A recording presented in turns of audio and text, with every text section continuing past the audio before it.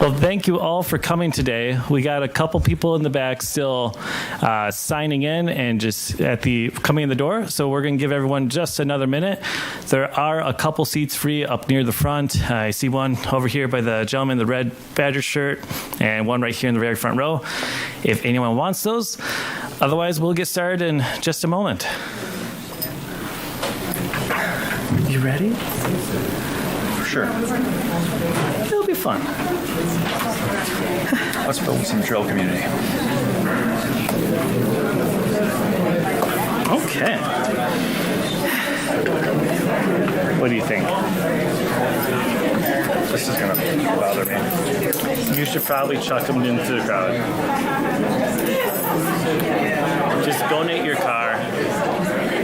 Donate my car? I don't even do my bike today. I have my car here. You got a head count? No, I don't. All right, we're going to go ahead and get started today then.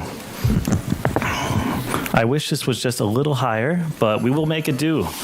We will make it work today. So just a couple things to go over before we get the meeting started. The volume is at max. Is this? All right, I'm just going to lean down real awkwardly. And everyone, please don't judge me for just leaning while I speak. Your back is going to hurt after this. My back may hurt after this. So just a few things we want to touch on. To be conscious of first of all, as you'll notice, there's a couple cameras in here. We are live streaming this and saving the recording to YouTube, thanks to WSCS. So we got Scott here in the back room, just hiding out, recording for us. Thank you, Scott. And then just in interest of time for everyone today, we have well over 100 people here today. So we have some forms at the desk next to the sign-in for people to fill out questions, comments. We'd ask that you please fill those out. We'll have SEC members going around the room to collect those. And we're just going to try and group similar questions together. If we get 5 of the same question, save a little time, and also ensure that we get to everyone's questions. If we do run out of time, we'll follow up via email. So please put down your email address, and we'll happily follow up with you. And lastly, just thank you all for coming. We're really excited to see so many people who are in love with Evergreen Park as much as we are.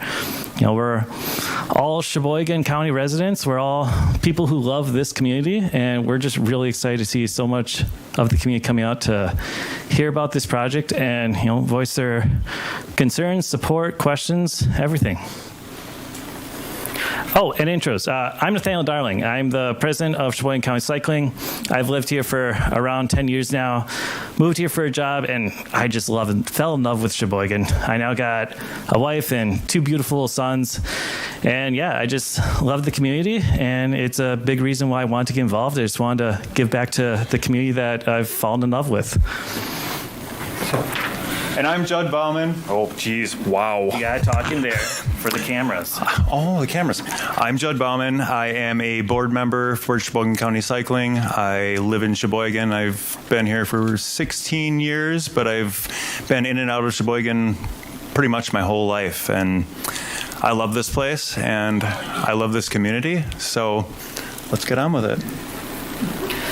And lastly, we have Joe Curlin here from DPW to just listen and answer questions from a park perspective. If you'd like to say anything else, Joe. No, I'll say that I have been working close with this group as well as the Fat Cats before them. So every part of this process, as I've worked with them, they've been going through the correct steps of the Public Works Department, and now it's sitting at City Council. So if you do have any questions, I do have cards I can hand out. Be happy to answer them. Okay. Go ahead. This thing.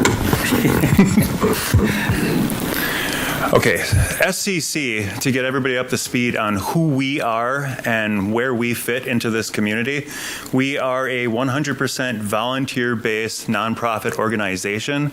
We're a 501c3 recognized organization. Again, all of our board members live in Sheboygan County, most of us in the city itself. Our vision as an organization is to promote stronger, more resilient communities through cycling and outdoor recreation, mainly through the use of trail networks as well as safe, connected streets. We hope to increase Sheboygan's outdoor recreation economy through the use of trails and through the use of outdoor experiences to bring in a trail culture or an outdoor recreation culture as an identity for the city of Sheboygan. What we are facing today is overworked people who spend a lot of time on cell phones, computers, Netflix, and their couches. Everybody that we can encourage to get outside in any possible way is a win against that kind of electronic drudgery that we're kind of stuck in today. All right, we just wanted to highlight a couple things that SCC's done in the community. Invite you guys to join us in this next year. One of the most close to my heart parts is the kids' bike playground. As I mentioned, I got 2 young kids, so this hits home for me.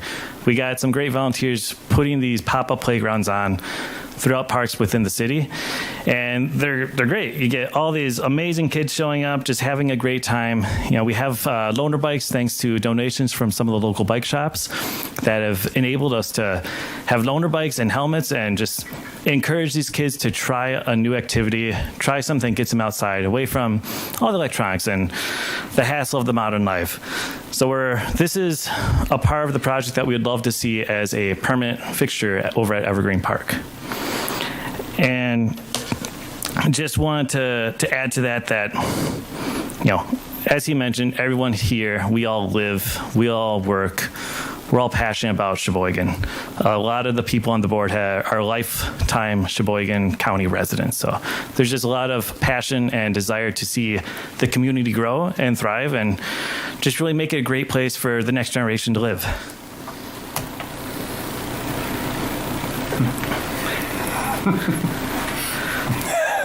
This is your funny. This is my slide. Yeah. Bicycling is a big part of the future. It has to be. There's something wrong with a society that drives a car to work out in a gym. If you know Bill Nye, it's appropriate. It's a good thing. So as part of our just general learning and understanding, as we as individuals, as a nonprofit have grown, we've looked at other communities and what they're doing in regards to trail and outdoor recreation. And La Crosse is an excellent example of this. They are a community of a very comparable size, and they have a nonprofit that's maintaining quite a few miles of trail. They just bought a couple 100-acre property to build more trails connected to the edge of their city. So they're a great example of some of the great things that can come to communities of just adding more multi-use outdoor recreation trail in and near city centers. And specifically they did some studies, thank you, of economic impact that bicycling related had on the tourism. Over a 20-year period, they saw 9.3 million related to tourism in a 20-year period, which as residents, we don't care as much about that, but it is important for the community. You know, we are a tourist city. There are quite a few of the residents here who, you know, they make their living because of tourism, and this is another way that we can encourage more people to come here, check out our trails on bike, on foot. We have the amazing Northern Cal-Moraine State Forest just 25 minutes away from here, and that draws a lot of people, and we believe that adding more outdoor recreation opportunity can just grow the number of people coming to visit our community. May I, before you? Please. It does say what is good for tourism usually is also good for the local quality of life. I would like to turn that around and say when the residents have a high quality of life, tourists see that and they recognize that. And I would put the residents before tourism definitely every time. This is also an example. I am a lifetime member of the Nature Conservancy. So you've got the economic impact that trails and these amenities can bring to a community, but also the economy and nature do not have to be separate entities. If the Nature Conservancy can work with IMBA, the International Mountain Biking Association, and create mountain biking trails on a Nature Conservancy preserve and have that work, I believe Sheboygan can do it too.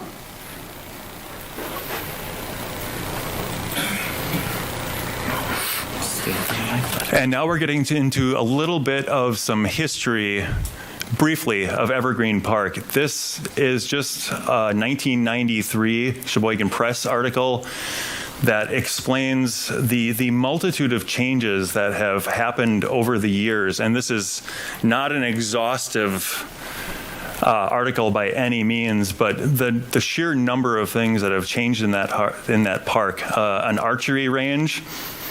At some point in time, there were 16 bridges in that park. I have no idea where they all would have been. The great stone arches that you see as you enter the park today, those were dedicated in 1934. There used to be a wishing well and something called Witch's Hollow. There were 7 dams built and a stone bridge. They were rebuilt again in 1979, only to fall yet again to time, and the remnants are still there for you to check out today. Snowmobile trails, oddly, I don't know where those were either. And, you know, the big bridge that is in Evergreen Park, we are now on the 3rd bridge that goes over to picnic area number 4? 5. Thank you, Joe. And there used to be something called Joyland in 1948, where there were 5 amusement park rides, a locomotive, a carousel. They had elephants in the park at one point in time. There were 3 ponies you could ride, a scale model of a coal-fired train, which took a half-mile loop around a track that they had built there, which actually burned real coal. They said it was not great for those that rode in the back of the train, but it's just an example of how that park has seemed to evolve through time to suit the needs of the community. In more recent times, the mountain bike trails within Evergreen Park, the mountain bike hiking single track trails, those have been around for decades. We've all loved them, enjoyed them. In the 90s, an organization called Fat Cats took up maintenance with the city. They took on the responsibility of maintaining the trails and improving upon them to facilitate hosting mountain bike races. Every year since 1994, I believe it was, until 2016, they were the final race in a Wisconsin series called Wisconsin Endurance Off-Road Series, WARS, and there's massive race there. There often saw 500 to 700 racers participating and just coming in, having a great time, really enjoying visiting the city and enjoying the park. And we just thought it was important to share that the city has a strong history of cycling, but not only a history of cycling. As the previous slide mentioned, there is a lot of other things that have happened historically. And in today's age, you see amazing things such as Making Spirits Bright. And you see the Making Spirits Bright run happen out there and all these great opportunities that having such an amazing park in the city center, so close to so many great amenities and residents, it enables the community to really come together in that park and just do great things, from individual picnics and small family gatherings to amazing things like Making Spirits Bright. Our community is also very fortunate to have the presence of a local NICA team. That's the National Scholastic Cycling Association. They are middle school, high school students. In the state of Wisconsin, there's dozens of teams, thousands of athletes throughout the state, and they come together and practice riding, and they're just doing an amazing thing, getting youth involved. I know we have a couple coaches in the back here today, and they're just some awesome volunteers who are just really trying to encourage youth of today to just get outside and enjoy a sport, enjoy the outdoors in some capacity. And, we hear great stories about how it's a really good confidence builder. And, Sheboygan Composite isn't the only youth program happening out there. There's schools taking trips out there, exploring the woods, and we have Maywood right next door doing great things with 4K and just so much awesome stuff happening in our community parks, thanks to them being so centrally located in our city. And this is a really important one. People don't need trails. The land does. You see it out there. You'll see it in a map shortly. There's a lot of trails historically that have it's a spider web of trails out there. And that happens because there isn't great designation of trails. There isn't great management of those trails occurring currently. So people just kind of start making their own trails. When a tree falls down, it's easier to just walk around that tree instead of taking the appropriate actions of getting the right people in there to clear the fallen tree out. So there's just been a lot of damage done to the environment as a result of that. So by working together with the city and with the community and designating trails, building them to be more sustainable, we can help mitigate the damage to the land. So there has been some questions in the social media we've been seeing revolving around, well, why isn't the city maintaining the park better, and how is SCC going to do this? They're just a bunch of volunteers. It's important to realize that the vast majority of trail systems throughout this great nation rely on volunteers. You see this as locally as Maywood. Maywood relies on volunteer workdays to help maintain their property, but a much more prevalent example that everyone has visited, Ice Age Trail. There's 1,200 miles of trail, and in 2023, they had over 100,000 hours of volunteer time on that trail. It takes an army to maintain trails. We're not talking 1,200 miles. So we don't need to hit 100,000 hours here. But it's important to know that volunteers are important, and the fact that the city hasn't met certain individuals' expectations is not the city's fault. Well, it's not the city's fault because that is how our society is built. Our society relies on volunteers who are passionate about outdoors to come together and volunteer and maintain those trails.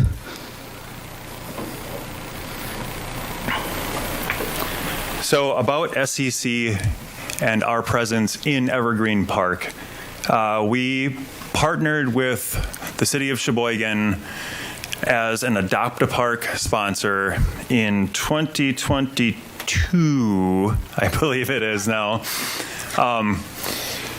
Shortly before or after the very large storm that blew through there, and somebody needed to clean it up, and we managed to put a call out to see if we could get the community together to do it, and we most certainly did, as best we could with hand tools.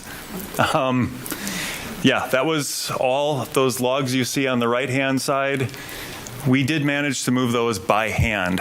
By the time it was all said and done, Joe, we had how much chainsaw work? We had 4 chainsaw hours. That's all we had to do. So after we got done, we worked on those trails every week for almost 9 weeks. And by the time it was all said and done, 4 hours of a city employee with a chainsaw was all it took to finish the ones that we just pretty much were probably exhausted and weren't willing to even try to get through anymore. We had done quite a bit at that point. This is an example of some of the work that we've done out there through the city and the Adopt a Park program. These are all SCC volunteers. We worked with the city to develop the first signed loops out in Evergreen, because before there was no track you could follow out there. You could pick up a trail and get lost. So our first step was to map the trails and then develop a signage program to first map out the mountain bike trails, just to make sure that that user group stuck to one particular set of trails and didn't get lost in all of the other maze that's out there. Some people have wondered why we didn't market for all users. That's kind of that was a lost opportunity on our part to write down or to put signs out there saying that they were a multi-use.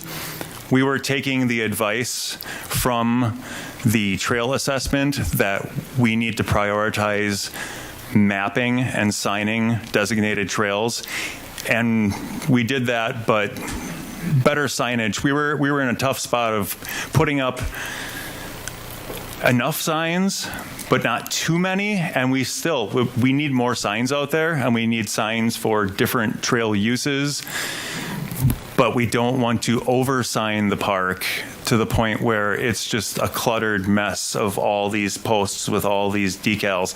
It's a fine line. It's a delicate dance to try to figure out. Here is some of the work that we do. By the time we get done clearing trails in fall, raking up, the soil is definitely a little bit wetter there, but keeping the trails clear so that people can actually use them. If we did not string trim those trails in the middle there, they are completely engulfed under 6 feet of grass and nobody can use those trails. So we do our best to keep them open. Example on the left, that's what happens in fall. There is no visible trail, and this then leads to more environmental damage, because if you don't know where the trail is, you start walking all over the place. If you give a designated line for people to follow, you minimize the impact that we have out there. So a big reason, priority number one reason why we want to revitalize the trail system is a lot of these trails are rake and ride. And what that means is volunteers back 30 years ago went out there with a rake and some knoppers, and they clear away fallen debris, and they raked away the top surface, and they rode it in. It's a very traditional method back in the 90s, but it results in your trail doing this kind of thing over time, because you never created a path for water and just snow runoff to go. So it settles in the trail, and you see that evident throughout the trail system, extremely heavily evident in the spring.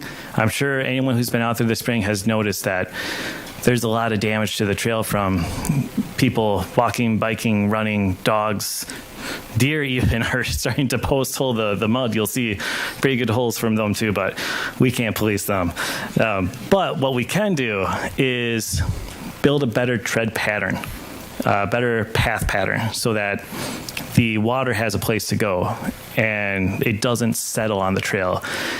Doing that will also help it drain quicker during regular rainfalls. A lot of these trails are rake and ride, and they hold water, and they don't drain even in the best of times. They'll take a couple of days in a summer rainfall, whereas we maintain some trails out at Greenbush 6 to 12 hours later. If you have less than an inch of rain in the summer, they're perfectly fine. They're dry. They're ready to hike, run, whatever you want to do. But that's also partially due to soil type. The simple fact that these are all sunken in trails is just making it exceptionally worse, and it just limits how much our community can engage out on the trail system. Time check. We'll have to run fast. Time check, thank you. And lastly, just a couple examples of some of the failing infrastructure. There's, as you guys all know, down in what's affectionately called Witches Hollow, there's that beautiful bridge in the middle. Last week, another tree fell on it. So it's been taking a beating. Anyone who's been down there knows it's been sagging over the years, and it's not looking too great right now. So this is one of the many things we want to address. We want to bring in the right people to do it correctly without negatively impacting the waterway. This is a little beyond volunteers' skill level to come in and build a bridge. We would like to get some professional help on this. And a little back history on this thing. So back in 2020, the city of Sheboygan, the BPW with Joe Curlin, and an individual by the name of Carl, made a request from IMBA and paid for IMBA to come out and do a feasibility concept of the park. And from that, they came back with a few things. There's trails out there. They need to be managed and improved. Developing these trails to higher quality will really benefit the community. And there needs to be more of a focus on youth, but that's a national challenge. Nationally, getting youth engaged in outdoor recreation has always been a challenge. And they recommended promote more cycling for the local youth through NICA, as we talked about earlier. And the big one, and the reason why once SEC formed in 2022, we were brought into this, was IMBA recommended engaging your volunteer groups to help out with advocacy and maintenance, because IMBA knows that trail systems across the nation, bike, hike, horse, anything, just hiking trails, everyone relies on volunteers. And that brings us to the assessment for a trail assessment we did with recommendations of specific improvements we can make. This we had IMBA come out in October of 23. As part of this, we had a online survey and a meeting here at the library back in January of 24. We really made an effort to get the news out about that survey through local newspapers, through the city and DPW, the mayor's office, through social media, through physical flyers. We attempted to get it out there in quite a few ways.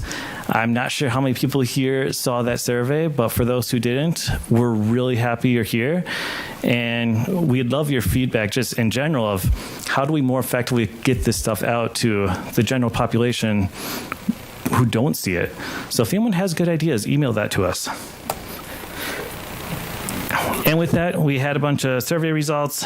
We had nearly 200 responders, and just gave us a lot of good feedback. There's a lot of desire for multi-use trail and just really adding some beginner-friendly trail features to engage new riders into the park. And we use this to prioritize in our phasing what would make the most sense when. So how to approach the trail system, when to do certain aspects of the project. Very busy slide. Can you just, or can't read it from back here, can you just tell us what kind of engagement you got there, what are some of the points? Certainly, thank you. We had 197 responses. Down here in the lower right, there's some questions of how to use the park, and a lot of people said that they use it for making spirits bright, trail by biking, trail by hiking, and paved surface walking. So the paved loop road going through the park were the 4 largest hitters within the park. So we saw that as, a lot of people use this park for hike and bike, which the maps and next will show as well. And then from what people wanted most, there was hike-only trails, skill trails, and traditional shared use single track, and the top track was also pretty high up on that list. So again, that's where the prioritization of what we were thinking would fit the community best came from. It came from the surveys and the feedback from people who had the opportunity to fill out this form. All this information can be found on our website. There's our full IMBA assessment. This is on the document below it, the appendices. So feel free to dig into it and read up a little more on your own time. All right, we just got a couple heat maps here. This just showcases that the park is used heavily by a lot of trail users. Strava will show you where people are recording their runs and walks, and we just thought it was interesting that hikers are everywhere in the park, which is awesome to see. They enjoy the park, and we know this isn't all-encompassing because there's people who don't use Strava when they hike, but it gives us a good idea that the park is utilized, and that, again, like, we saw this and we knew Evergreen Park needs to remain multi-use. It always has, it always will. We never wanted to take that away from anyone. And then we pulled up a heat map of cyclists as well, and you see a similar thing. Cyclists use a lot of the park. You see a little bit more activity in some of the single track over here, a little bit less on the pavement, but overall very comparable activity usage. So here is a big reason why this project is needed for the park. This is a map off the city website of all the trails that they have inventoried out there. This is from a few years ago. The trail committee has been working on closing out some of these duplicate trails, just with doing the signed loop and trying to encourage people to stay in more focused points of the park. But you can see there's a lot of trail in the park. And this isn't good for the habitat of the park. This isn't good for wildlife. This isn't good for trail users because they're going to get lost with all of these interconnecting trails. And then the first phase of the project, which was wayfinding, this gives you an idea of the map, or of the mountain bike signed loop that we have out there now. This map doesn't show the existing ski trail, but that is also out there, and that there's no plans for us to take anything away from that. We're planning to add that to some of the trailhead signage so people can better navigate that as well. All right, so this is the map you have all seen. I believe just about everyone here has seen this, whether from a website or social media posts. We realize now that this can be a little misleading. The brightly colored zones were there with the intent to show we want to do this type of activity in this zone, but we're not going to be bulldozing the park. We're not going to be ripping all the trees in that zone. It's just to give a definition of roughly in this zone, but design bid files still need to be made. People need to come out and flag it and verify that it's the right spot, it's good for the land, it's good for the trails and the trail user experience. But we made some changes to this to try and just give you a better representation of what we're really thinking of doing. We broke the map up into different zones. Each zone is shown on the map once, with the green perimeter trail shown here, referenced on all of them. And an example picture of what that type of trail can be seen as. So the shared use perimeter trail, it's the green trail going throughout the park, connecting to all the different zones, connecting to the ski trail throughout the park, and just giving people a mellow, very beginner-friendly, very hiker-friendly, very everyone-friendly trail to explore the park with. And it'll just be easy. There won't be anything technical on it. And it's designed in such a way that bi-directional is enjoyable and safe, and you can see people approaching you. And we educate people with signage to respect other trail users. If you're walking up behind another walker, announce yourself. If you're biking up behind a walker, announce yourself. Just basic trail etiquette. Here is an example of what would be in the flow zone. The proposal was seeing 3 to 5 trails descending down the hill here, and just having the flow trail was to be defined as a 60-inch wide trail. And again, that would adjust, potentially narrow based on trees in the area. This one, similar, it would be a 40-inch wide trail. There would be some potential for features such as shown here. There's a small drop that cyclists can ride down, but there will be a parallel trail next to it as a ride around for people who don't feel comfortable riding that feature, or for people who are just walking, exploring the park. They can just walk next to it.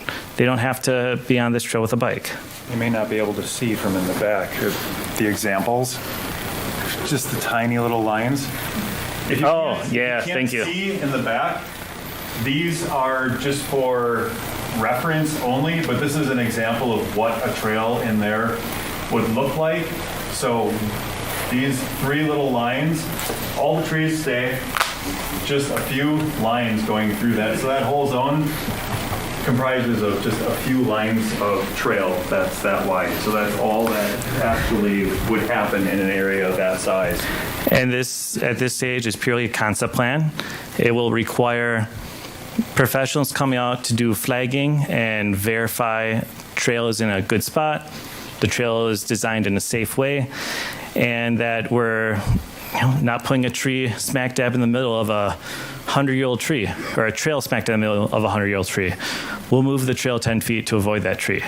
We don't want to destroy our forests. Mountain bikers, cyclists, we love the forest. That's why a lot of us mountain bike, is to explore the woods. Is that swampy area with all the swamp trees where the owls are? Is that lower section? There's a green utility building, is that down there? Then A? No? Do you recall? Utilities building down there. No. Where is A? It would be nice to have a reference point, like this is where this area 5 is, or this is where pavilion is. So you can kind of imagine. Yeah, thank you. We'll get that added on the website. That's a good recommendation. Yeah. Joe should know where that is. Joe, are you familiar with this green building they're speaking of? Only green building I know is one of our park storage garage and area 4. And that would be not within that shaded area. It's right at the end of that. Yeah, I think it'd be right around, right there. Okay.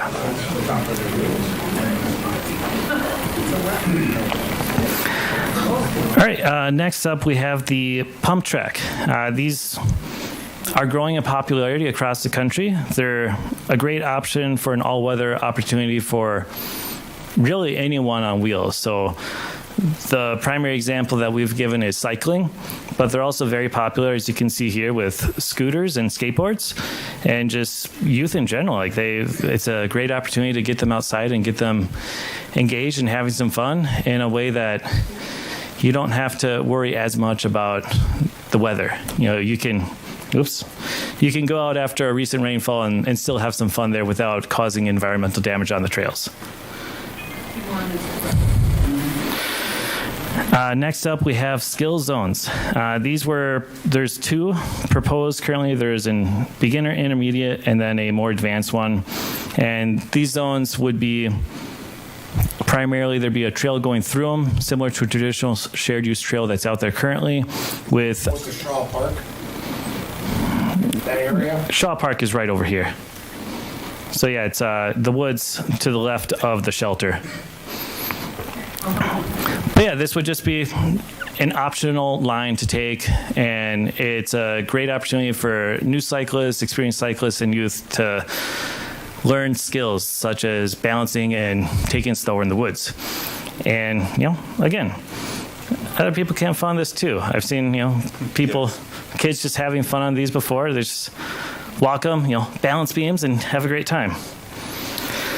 But this is where we really want to give something to the youth. Kids' bike playgrounds are starting to become a great opportunity to get kids engaged. You fill them up with just a bunch of kids having a great time. You put in some very mellow trail features that give them a little exposure to something they'll go find on mountain bike trail. Have some really just cool things that can have some local flair. This is one that decided to do some tunnels with some metal tunnels, metal pipes. But this is something where we could have a lot of fun and add some really fun, unique Sheboygan flair to it.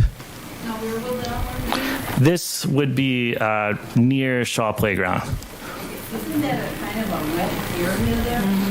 It's always wet. Are you talking like here's the Shaw Playground in that lower section? Is that what you're talking? Potentially, yeah. If I like water, will be rain, someone will eliminate the water there, water problem? That would be reviewed. That would be reviewed by an engineer when they're designing this. So if it doesn't work out to fit in that site, then that is something that's just something we would have to accept at that time. That would be part of the design process. And part of the design process, Joe Carroll and DPW would be involved in that to ensure it's. Shaw Family Playground. Can I ask where the participants are going to park? That area of Shaw Family Playground was a wet area. And when it was designed, it was looked at, okay, how can we make this happen? So it was part of the process. Yes, we had a wetland delineation, but the most part within the loop of the road, there are no, and I have maps, there are no, yep, I understand there's some wet areas, but there are no designated wetlands in that area. Can I ask for participants for this to go in the park? Sorry, what was the question? Where are they going to park? Yeah, are they going to use the parking lot by the playground? Because that's the closest place? Our recommendation is we prioritize advertising parking in the primary large lot in the center of the park that holds 100-some cars, or parking over at Quarry. Those are what we are proposing as the two trailheads. But we also understand that a lot of people who will use this kids' playground will be local families. We think it should be fine for local families to continue to use that park. And, a lot of the local families who are using that park are going to be there visiting Shaw already. So we expect great synergy between these two parks. It's a huge reason why we proposed it being there, is we believe there'll be great synergy to encourage a few more families to come out, but also just families to stay there a bit longer. The kids have one more great opportunity to get out and play in the woods. So is this whole thing a done deal with the city already? Absolutely not. No, this is just the concept. Is he going to answer? City guy? Yeah, so this has gone through Public Works twice. It has been passed by Public Works. And again, if you remember from the beginning, this is a concept plan. And this went to City Council, and they held it until the new council could start. So it will be coming back to City Council. I'm not sure what date that is, but soon. So do we have an opinion on it, or no? You certainly can be at that City Is that Council opinion meeting. going to matter? What's that? Is my opinion going to matter? I'm a park manager. I'm not the City Council. Part of the You City can't answer Council. that. What's that? You can't answer that. It's mattered so far. This first I heard about it. Is there options for located park instead, like I think I need to pull us back on task here, everyone. Please, we appreciate the comments and concerns. Please write on the slips that we'll be getting to in just a couple of minutes. So next up is the NICA skill zone. This is pretty much just going to remain the current trail that is there. There is no existing trail. We don't really foresee a lot of changes in this part. It's going to remain pretty similar, maybe with some continued maintenance improvements to protect the roots of the trees in the area and help with wayfinding. And then we have the advanced skill zone proposed down here in the lower portion of the park.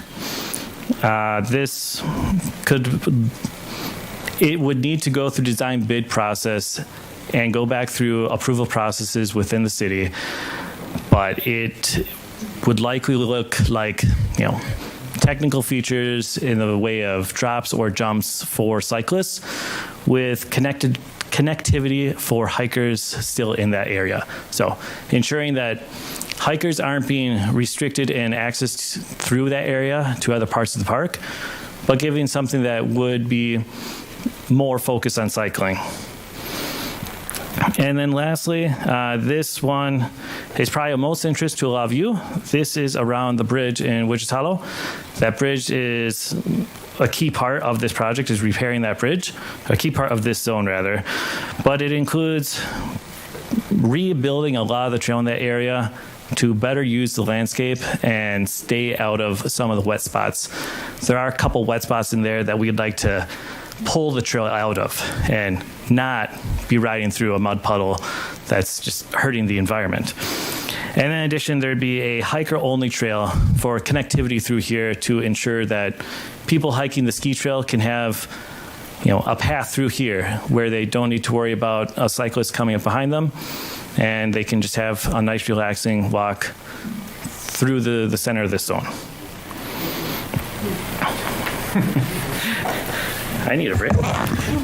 So the whole reason for all of this concept plan and hopefully future improvements in the park is that we have a much loved park that's used by a multitude of different users, from walkers, dog walkers, trail runners, cyclists, and we all need to be able to work together and use the park at the same time.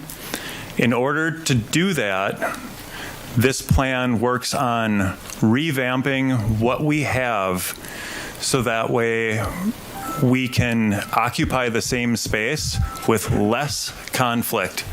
So if we have trails right now that you're afraid somebody will come around a corner and spook you, the idea is to have that trail properly routed in a way where you have time to see a person coming and you can interact with them rather than being startled.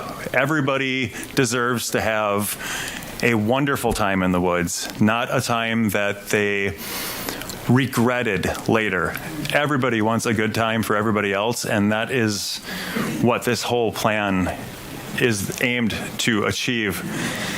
As a bonus, if we do really well with the design and the planning, first, we have access to the trails, but if we can, increase accessibility to the trails so people who don't have an opportunity anywhere remotely close to Sheboygan to attempt adaptive cycling, the trails would be able to suit that recreational use. I believe this is something we all should want for our community, because that could be me one day, and I would like to know that somebody thought of that before it was too late. This is how, sorry, you want me to? This is one of the ways that we currently manage the trail system through social media and our website. This is the TrailBot app. So this is a way for us to be able to post whether or not trail conditions are appropriate for people to be out there. In general, if you're leaving a tire track or a footprint, you should stay off the trail and let the trail dry out before you use it again. Because if you go out there when it's wet, that just means more maintenance work for everybody else. And how can we make this all work where people get along in the park? Because we're all there for the same reason. We all want to connect with nature, and we all want to spend time outdoors. Policing doesn't work. Angry signs that say don't do this or don't do that don't work. They have not worked for many, many years.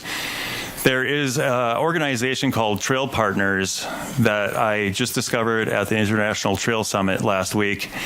They started this program called Slow and Say Hello.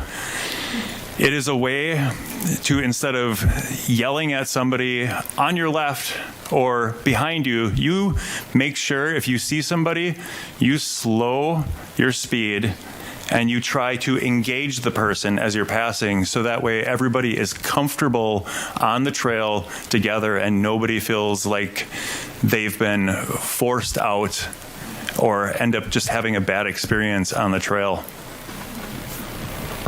And that applies to cyclists as well as trail runners. I don't know about you guys, but walking out in the woods with my wife and kids, I have been spooked by trail runners as well as cyclists. Anyone coming up with speed on a casual walker can cause you to get spooked. And we just wanted to share a couple of graphics of some best practices when it comes to trail building. As noted, a lot of the reasons why the trails are in poor shape is they weren't built with drainage in mind. They weren't built with, slope grades in mind. Some of those trails are what are known as fall line trails. So you have a hill and you just go straight down it. Where you're supposed to allow water to drain off correctly instead of draining down the trail is traverse the trail so that it can wick across the trail instead of go down it. It minimizes the impact, minimizes standing water, and it just creates a longer lasting trail and better trail experience for the environment. And lastly, I just wanted to let everyone know, please go visit our website. We're constantly updating it as we hear new really good questions and comments. For instance, the parks shelter recommendation, we're going to get that implemented soon because that's a great thought. That gives people a really good frame of reference. We'd love you guys to take a look at our Q&A, see what we're really thinking of doing out there, and give your feedback. We want this to be a great park for the community. We all love Sheboygan. We all love Sheboygan County. We just want to make it the best it can be and give back to the community that we'll find is really rewarding and a really great community to be in. Last thing, Sheboygan County is amazing, and you see that with our food banks. I don't know if it's true this last year, but several years ago I heard a stat that Sheboygan County is one of very few counties that fully supports their food banks through donations. So we have an amazing, caring, and giving community. And, we wanted to give back to that. And I believe that us and the community can really make Evergreen what the community deserves, and that's a positive, enjoyable trail experience for everyone. Not just a few cyclists who've been riding there for 30 years, not just a few hikers that have been hiking the parks for 30 years, but everyone, new people. We want to encourage new people to get out in the woods and just have a positive experience. Can I ask Joel Curley a question? Joel, will the park be cleaned up and reforested before the bike trails are installed? With the straight line bins, let's admit it, it's a mess. And nothing, there's no growth. And all these topped off trees. And I walk every day in there and this is down, that's down, another limb, another tree. Delineated wood fences are toppling trees. So I just am curious, are we putting the trails before the cleanup? Well, I think we can do both. I think this group right here could be a big part of that. So we have 4 guys that are considered our forestry department. Well, 5, but 4 out there, and their main concern are the trees in our city. It's the urban forest, okay? So we have gotten out to Evergreen and tried to do a little bit of cleanup, but there's not a lot of time for that. So as much as I'd like to say to you that there is a plan to take care of all that, there is not. And again, I think when you put in the trails, you'd be looking at those areas and cleaning them up as you go along. So I think that could be part of this project. Exactly. I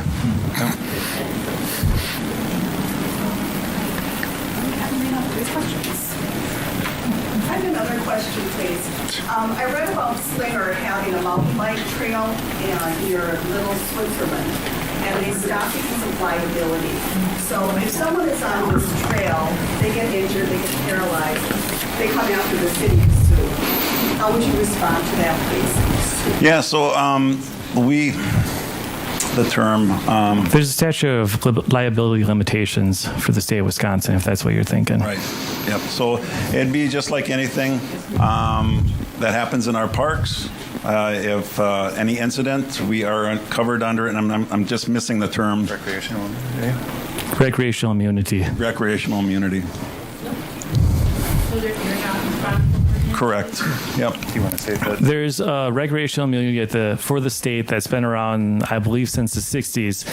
It protects any private or public entity that allows people to use their property.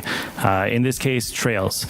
So if you let people on city land to use the trails, if they get injured, so long as it's not something with major neglect, the example you commonly see is if you put a fridge out there and a little kid crawls in it and they have injury happen to them, that's not allowed. Things exceptionally out of the ordinary, intentional dangers aren't allowed, but any typical use of the property is covered under that immunity. This is how all of our parks throughout the city, this is how beaches, every trail system in the state operates. Pretty much across the nation, they have things similar in other states, but it's... There's a big question with our skate park. Nate, those trails like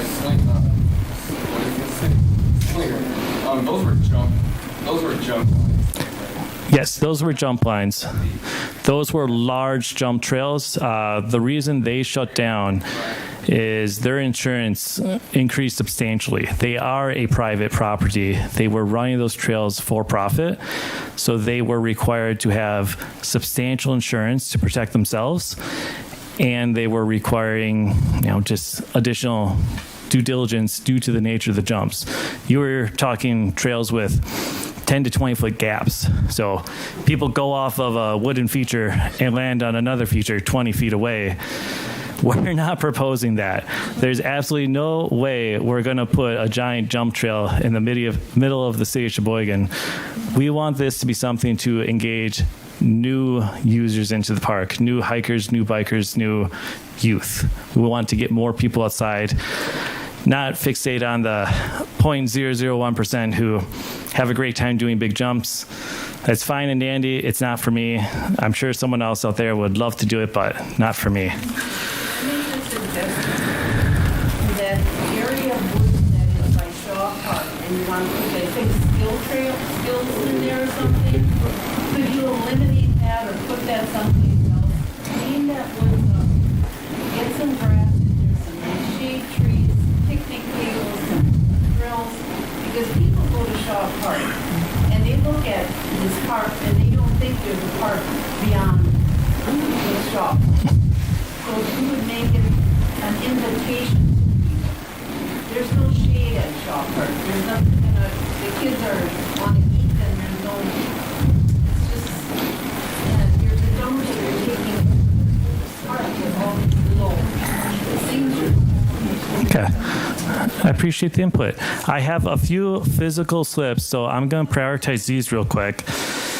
There was a question here by Becky asking the proposal documents indicate maintenance costs of, she gives them out, but it's 5 to 15%. So 100 to 240K. And she asks, how can you assume the community has these costs won't fall on taxpayer in future years? So we did do some asking around. We talked to other trail organizations and we talked to other trail builders. IMBA gave a very large range on that due to the fact that there are not design bid files yet. More typical real-world numbers range from 3 to 10%. On the lower end, if you're building premium trails, such as we're recommending, that will allow better drainage, and you do appropriate design on the front end to save on maintenance. And as for the costs around it, SCC is planning to stick around for years and years. We have volunteers to help do a lot of the labor, and we have the support of local businesses. We have been going after grant funds for this project and foundation and individual donations, and we're planning to stick around. You see it in tons of other nonprofits in the community. Nourish, I think, is a great example. They're 11 years old now, and they went from very small, just half a dozen guys doing their thing, to now they have 22 employees and a 5-acre property with a beautiful structure, and they're doing amazing things for the community. The precedence is set that nonprofits, you give them an opportunity. Nonprofits have the heart to just keep on growing and support these endeavors.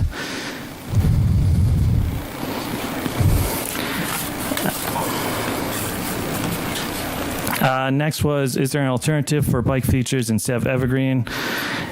And talking about crowding the park during weekends and such. The reason that we are so passionate about Evergreen Park is it already has a trail system. It already has a great history of hiking and biking, and it is so centrally located. We want to bring trails to the population. We want to bring trails to people who can't get to it. Yes, there are wonderful trails down the Northern Kettles. Sure, we want people to go out to the Northern Kettles to hike, to bike, to ski, and enjoy the outdoor recreation that it offers. But that's not very approachable for everyone. You have people who don't have cars that live in our city, but they can hop on a bike, or if they're close enough, they can walk to Evergreen Park. We have people who just physically don't have the time. It may not be a cost, but time perspective. If you ask them to go drive a half hour each way to go enjoy the outdoors, versus if they live here in town and they can get there in a 5-minute walk, that's game changer. You just changed it from being a once a month trip to you can go every day, especially once you start talking about people with families and young kids at home. It can be huge to encourage more people to get outside and just engage in outdoor recreation. And that's why we're so passionate about Evergreen.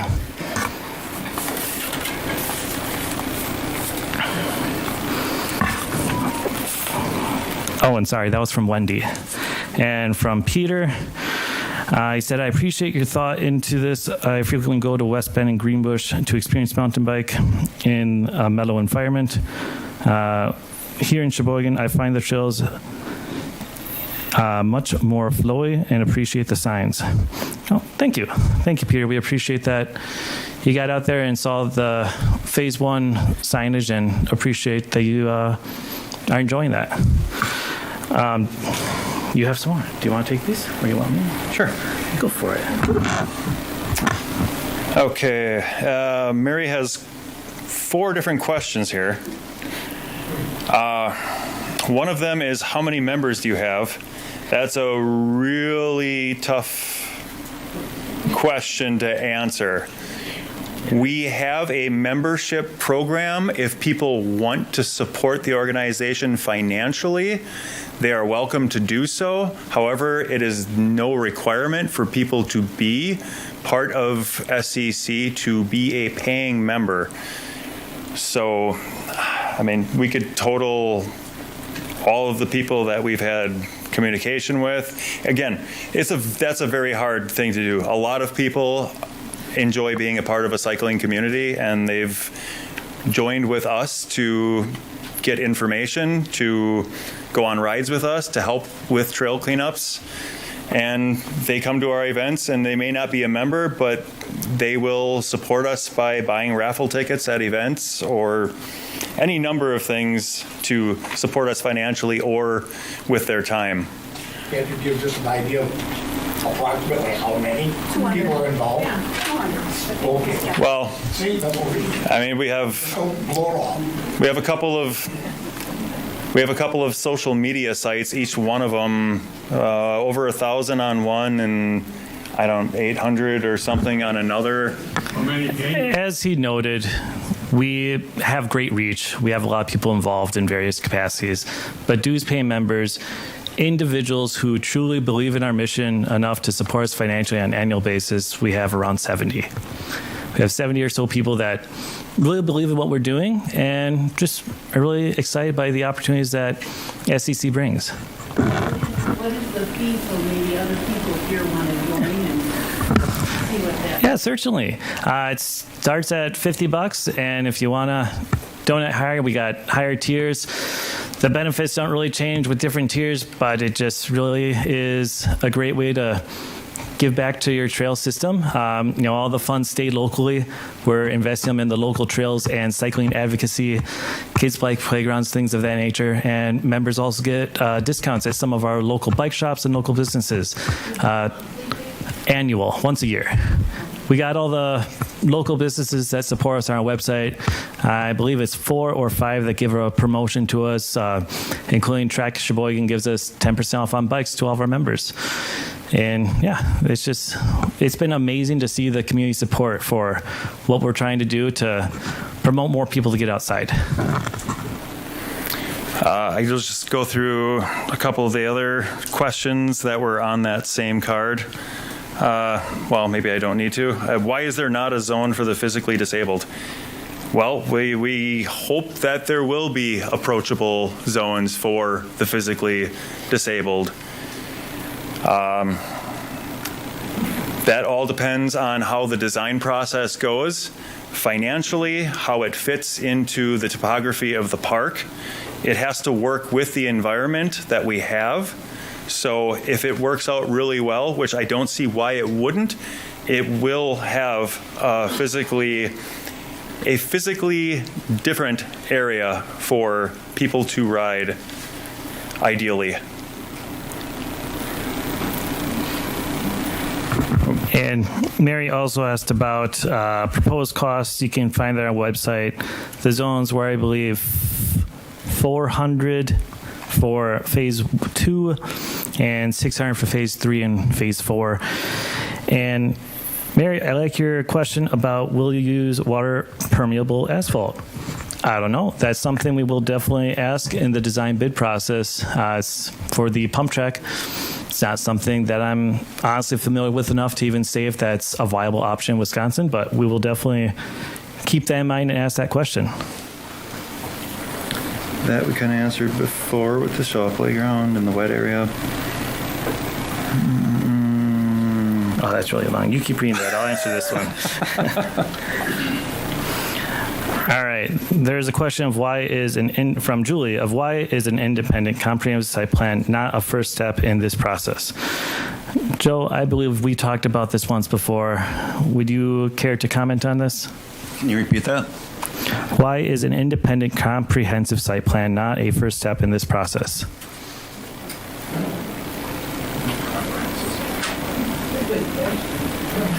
I guess if you're familiar with how the marina happened, if you're familiar with Fountain Park, if you're familiar with past parks that we've done for master planning, the basic start is a concept plan of that park. And that's basically goes all the way through City Council, hopefully with approval, to at least let them know, hey, okay, you know what, we're on board. This is the start. We like what we're seeing. Doesn't mean anything's approved. It just means that we like the concept, and now you can move forward to the next steps where then those plans come into play. And we will have to reiterate again, so it's very, very clear. 100% of what we've shown you tonight for maps and zones is 100% a concept plan. In other words, nothing that's on there is a done deal. We are not paying contractors to build any of these things at this time. The next step in this process is to get a designer in that will then lay out, come out to Sheboygan, take physical flags and map out in the ground where things would go, mark those locations with geotagging, draw up a plan on a computer based on all of those points, then send it back to us for review, which would also include the city. Then we would look at that. If it's not something we like what we see, if it interferes with an ecological area, which it wouldn't because the person that's putting the design together knows well enough at this point to stay away from any sensitive areas. But if it's near a cultural asset that we don't want to interfere with, at that point, we would ask them in their design to then shift the location of that trail so that way it's in a better suited area that we could approve. Then it would go to DPW, and then to council. And in all this process, there will be many opportunities to continue to receive feedback, to adjust the plan accordingly, so that the end result is something that the city can be proud of. But this has been presented to the common council already. The concept has been presented, and it was held. And it was passed. Held. It has not Held. been passed. Back in March, it was presented and held until after the election, April 1st. Yes. Yes. Gosh, dates and me don't get along today. Next question was from Kathy. She commented on the stormwater runoff by Shaw Playground that we already discussed, but she also asked about how does SCC plan to ensure that the bathrooms at Shaw Playground and the parking are accessible for the park users it was intended for. And we, as noted, when it comes to cycling and hiking, a lot of people who travel for this kind of activity, they will look at a phone app such as Trail Forks or All Trails. There's countless of them out there, and we manage those apps when it comes to our trail systems that we maintain and manage. And we would not be putting the parking lot at Shaw Playground on that.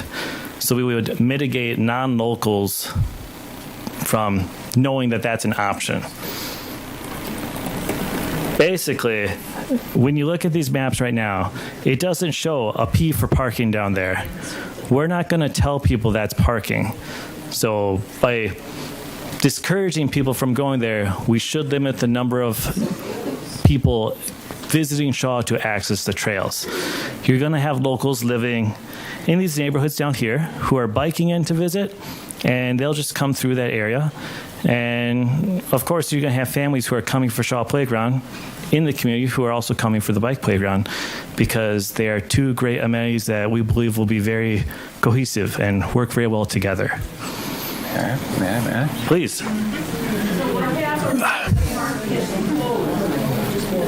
Whatever date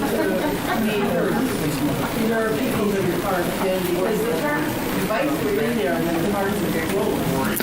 Yes, you park over at the quarry. There's a safe passage underneath Calumet Drive that you can access the trails. And then the quarry parking lot stays open year-round. As far as the Shaw Playground, additional kids' playground facility, that is meant to be in addition to and augment the existing playground that Shaw already has. This is not a standalone feature that is intended to pull away from Shaw. Shaw has playground facilities, and this bike playground is intended to be like another playground feature at Shaw itself. We are in talks with Shaw. We are in talks with Shaw Playground. They are aware, they've been aware for the last 3 years that this is something that we have wanted to do. We've discussed it with them. We meet with them again very soon.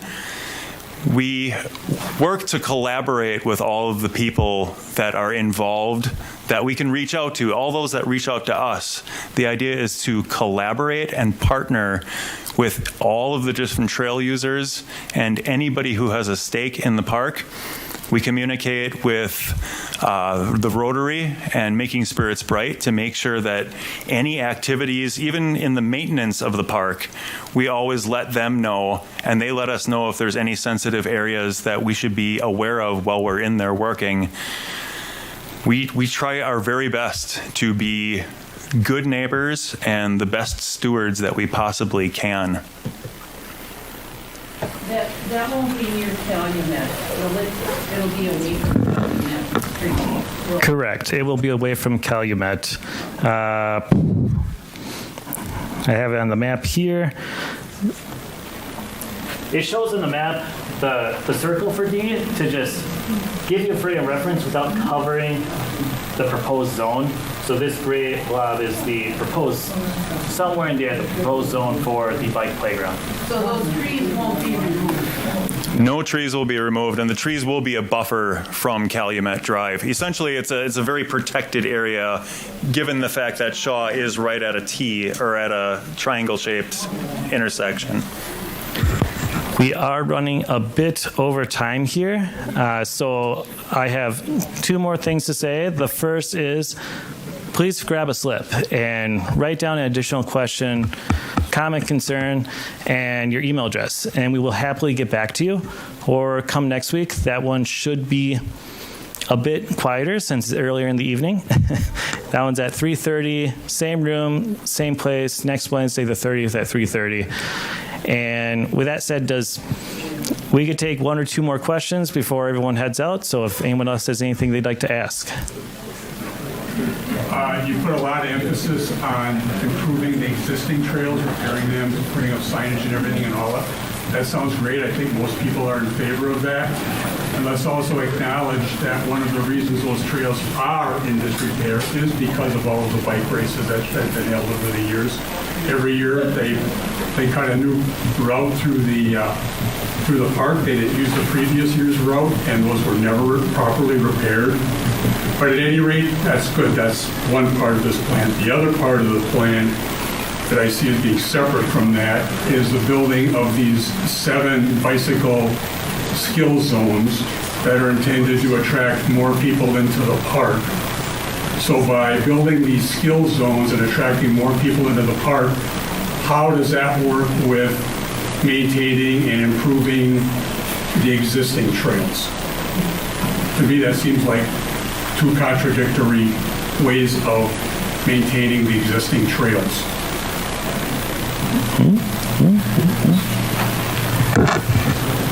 I see it more as complementary.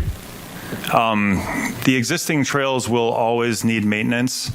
A lot of maintenance didn't happen for quite a while, or any strong, meaningful maintenance that had the city's backing. And by city's backing, I mean we as a nonprofit decided to do this by the book and to follow the rules rather than going in and cutting a new trail whenever we decide we want a new route.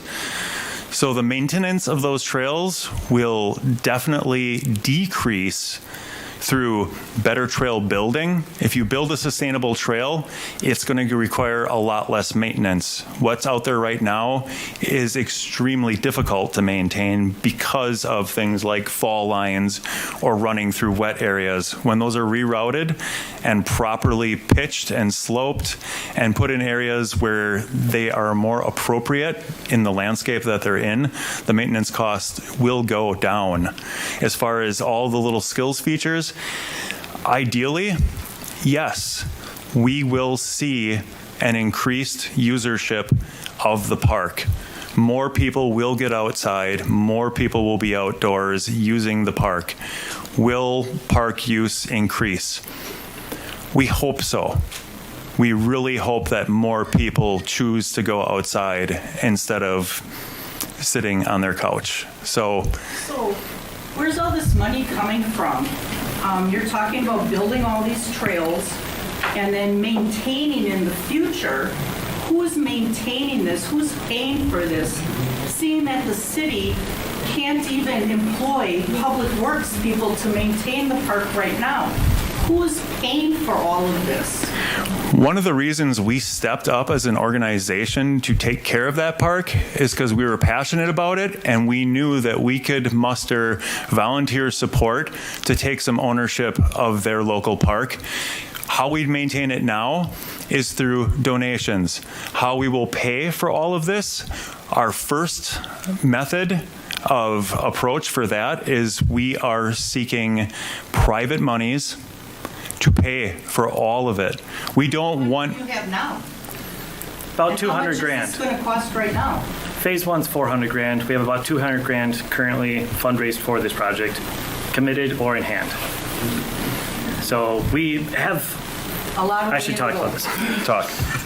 we have really good support so far. We have $200,000 fundraised for this project, and we don't have design bid files yet.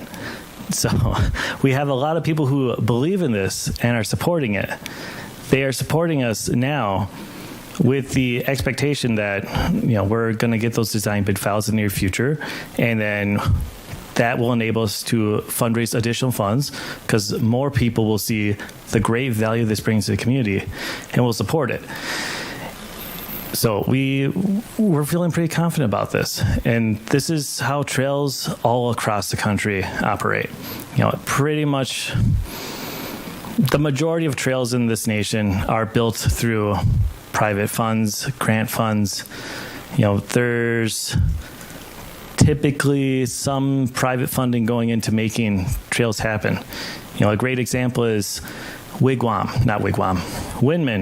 up in northern Wisconsin. They're a private trail system that's completely free, open to the public, just based on donations.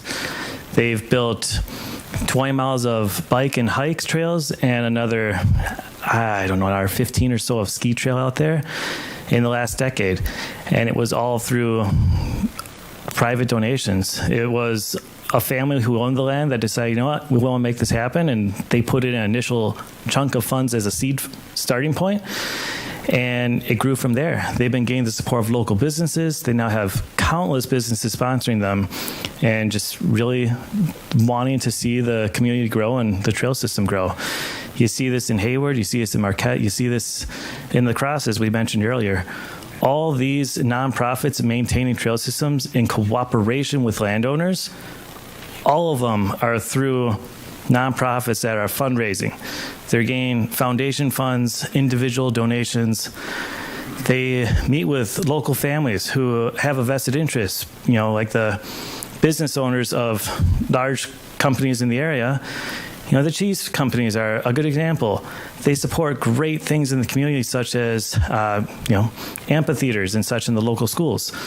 Those things all come to fruition thanks to private donations.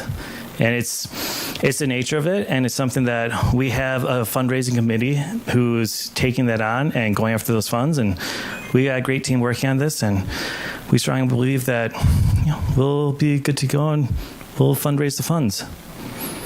And you asked about maintenance. Apologies.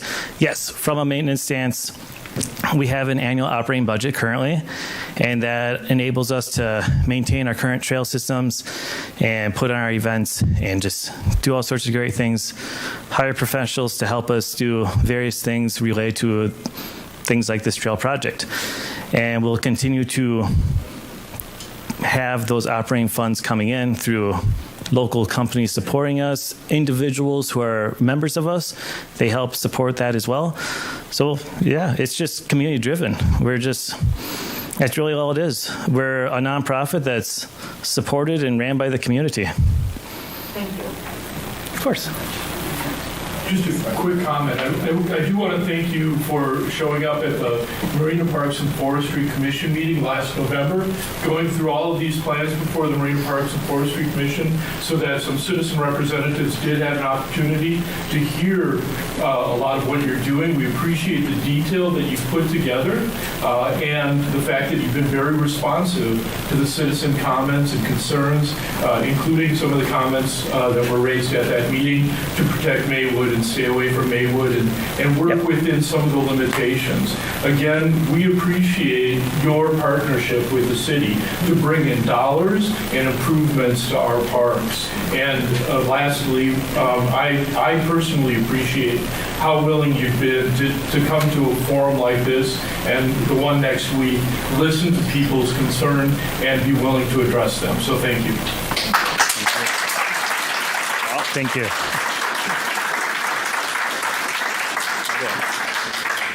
Thank you all very much.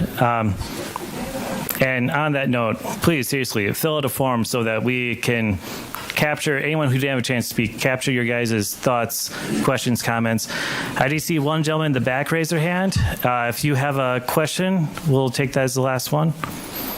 I have no doubt it's going to be cool. I have no doubt that you're going to raise the money. No doubt you're going to bring traffic there.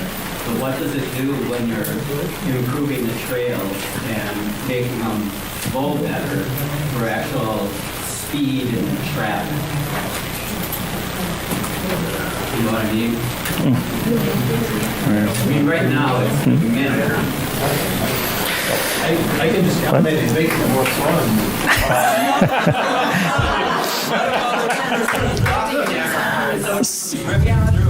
Like me, who's going to be flying through the air, and it's kind of like it's what it's going to be. I'm just asking. So it kind of 98 acres? I'm asking that. it kind of goes back into etiquette and proper design. As Judd mentioned before, one of the things that this trail system is lacking is building proper trails that allow you to see people coming up to you, behind you, just better awareness.